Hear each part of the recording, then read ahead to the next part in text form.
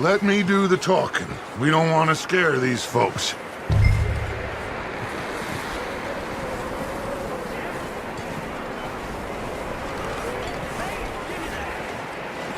Sounds like It is not even a debate. Red Dead Redemption 2 is hands down the best game of 2018, or it should be on everyone's top 5 best games of 2018. I mean, I understand. Some people prefer Spider-Man, others prefer God of War, some Super Smash Bros., but all those games are going to be on your top 5 list, along with Red Dead Redemption 2. And honestly, at this point, there's really nothing I could say that everyone hasn't already said. I wanted to wait until I actually finished the game before I even gave a proper review, but so far I've put almost about 100 hours into this game, and I'm still on Chapter 2, and it mostly has to do with the fact that I'm just goofing off, going around robbing stagecoaches, hunting, or just hijacking a train and enjoying the view. You should really consider hijacking one of those trains and just driving, taking it for a spinner all around the world. It helps open up the map a lot more. So here is my review. Finally, I get to the review, and it's good. I highly recommend it. In fact, it's been backed by science. Reviewers, everyone's said this game is good, and you know what? They're correct. This is one of those cases in which if everyone is doing it, they must be right, because they are right. And if you're not really into the Western genre, you can at least appreciate what Rockstar has achieved here. And honestly, I don't think Rockstar at this point is making games anymore. They are making works of art. Normally I wouldn't do this, but I want to talk about some of the issues I had with the game. But this isn't really going to affect the score, because it's just going to come off as nitpicking. But I'm going to go ahead and say it.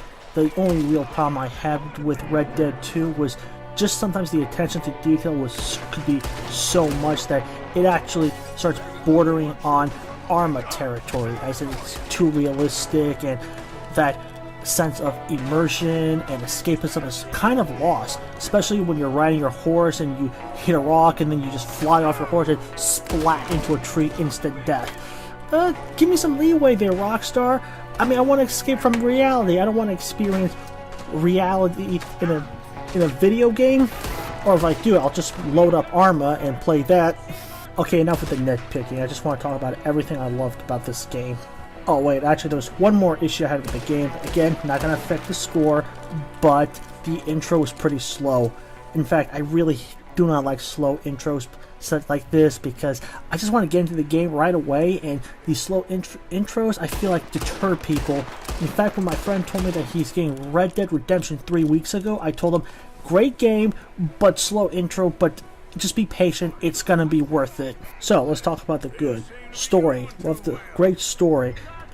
Whereas the last game was focused on the themes of the Old West being dead, this game focuses on the foundation of those themes being set.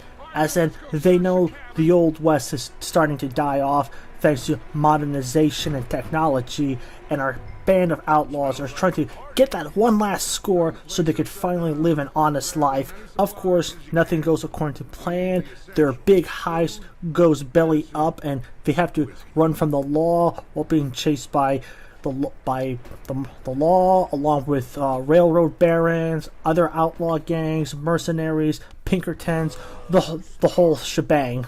And I'll admit I was a little disappointed that you didn't play as John Marston like in the last game, but I did started to respect Arthur Morgan as a character, and now I actually liked him a lot better than like Marston from the last game. So great character. In terms of the world, it really feels like Rockstar went back to San Andreas for the PS2, as it basically is rich in content, rich in anything you could do, rich in gameplay, rich in personal customization. far better than Grand Theft Auto 5, and not the kind I've not seen since Grand Theft Auto San Andreas. So a lot of work went into this game, and I gotta give them extra props to that. You could wear whatever you want. You could build your own style. You can even like customize your weapons to suit your play style. Like for myself, just give me 2 beefed up service revolvers, and I'm good to go. Just like, bam, you got. That's my playthrough. Just use double revolvers. Don't need a shotgun. Don't need a long range rifle. Just I know what I'm doing with my pieces.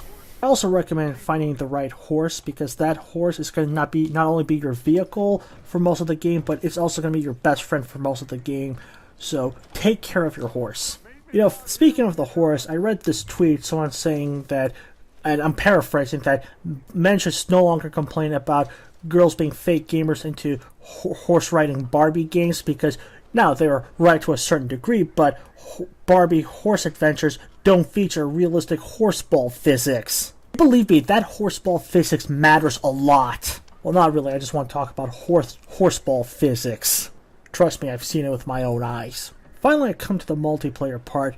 Now, I'm not too much into multiplayer games, but I have to say that Rockstar also did a pretty good job with Red Dead Online, and it really does look like they learned a lot from the mistakes made with Grand Theft Auto Online, and all the lessons learned were brought into this multiplayer component, and they did an excellent job. So if you liked Grand Theft Auto Online, then you're also going to really enjoy Red Dead Redemption Online, or Red Dead Online. So overall, if you had to get one game in 2018, and Spider-Man or God of War was not something you were interested in, or you had an Xbox, then I would highly recommend getting Red Dead Redemption 2. Now, since I'm a PlayStation 4 gamer, this is based on my experience on the PlayStation 4, but regardless of what console you got, you still want to pick up this game, because it is hands down one of the best titles of 2018. I give it a solid 10 out of 10, but I honestly feel like even that's this game deserves a much higher score, but 10 out of 10 is on my limit, or that's how my rating system works. So if you get a chance, pick it up. If you have a friend that has it, try it out. Trust me, you will not be disappointed.